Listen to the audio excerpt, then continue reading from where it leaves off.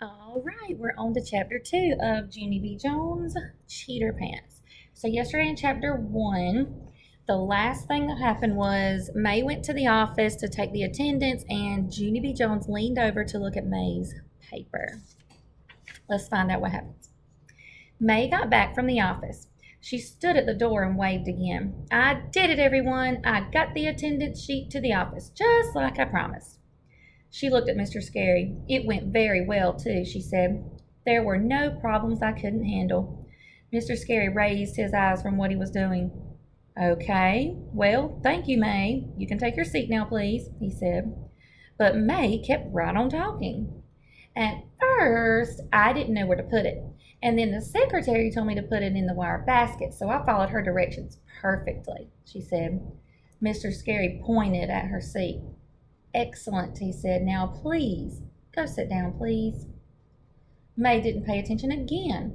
When I was in kindergarten, I got an E plus for following directions, she said. E plus is better than excellent. The plus sign means extra, extra excellent. Just then, Mr. Scary stood up and he took May's hand and he walked her to her seat. As soon as he went back to his desk, I strained my brain for something nice to say to her, because I was still happy at May for leaving her homework out. Finally, I tapped on her arm and I smiled. Welcome back, madame, I said real friendly. May did a frown at me. What kind of crack was that? She asked. I just looked at her.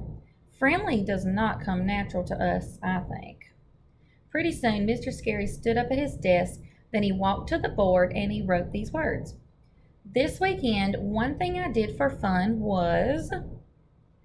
Okay, everyone, he said, for your homework over the weekend, I asked you to complete that sentence, remember? Room 1 nodded.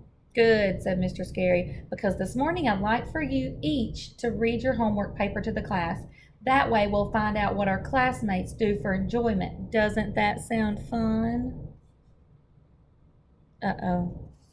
There he is. So over the weekend, their homework was to write what they did over the weekend. But she copied May's paper. Room 1 nodded again. Even if it doesn't sound fun, you still have to nod.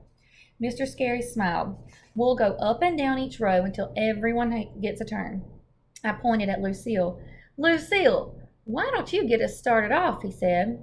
Lucille sits in the first row by the window. Last year, me and her were bestest friends, but this year, we're just regular. Lucille stood up and fluffed herself. She picked up her paper, and she started to read. This weekend, one thing I did for fun was my Richie Nana took me to her expensive beauty salon, and both of us got manicures and pedicures. Mr. Scary looked surprised at that news. You got a pedicure, Lucille? Wow, that's pretty fancy stuff, isn't it? He said. Lucille shrugged. For some people, maybe, she said. She looked down and kept on reading. Also, we each got a papaya fruit facial, and Nana got an herbal body wrap. Plus, I got a seaweed scalp massage. Mr. Scary stood there for a second. Then he nodded very slowly. All righty then, he said. After that, he pointed to Camille. Camille is the sister of Chenille. Those two are twin sets. Camille stood up. This weekend, Chenille and I made a puppet theater out of a cardboard box, and we put on a show for our little brother Neil. Mr. Scary beamed at that news. Oh, that's great, girls, he said. I bet doing a puppet show for your brother was a lot of fun, wasn't it? Not really, said Chenille. Neil kept on grabbing the puppets off our hands, and he made them kill each other. We don't like Neil, said Chenille. Neil is a silly baby, said Camille. Mr. Scary just stood there some more. Then, finally, he moved on to Roger. Roger was the best one so far. There's Roger up there sharing his writing. This weekend, one thing I did for fun was I went to get pizza with my dad, and I ate a whole entire anchovy, and I didn't throw up till I was almost home. Blech. An anchovy is a little fish. Room 1 clapped and clapped for that amazing story. Mr. Scary was right. It was fun to learn about what our classmates did on the weekend. I couldn't wait for it to be my turn, because I love to talk in front of the class, of course. Plus, all I had to do was tell about my weekend, and Mr. Scary would think I did my homework. I put the paper I copied from May into my desk. I didn't need it after all, because what do you know? Today I looked out. That's the end of chapter 2.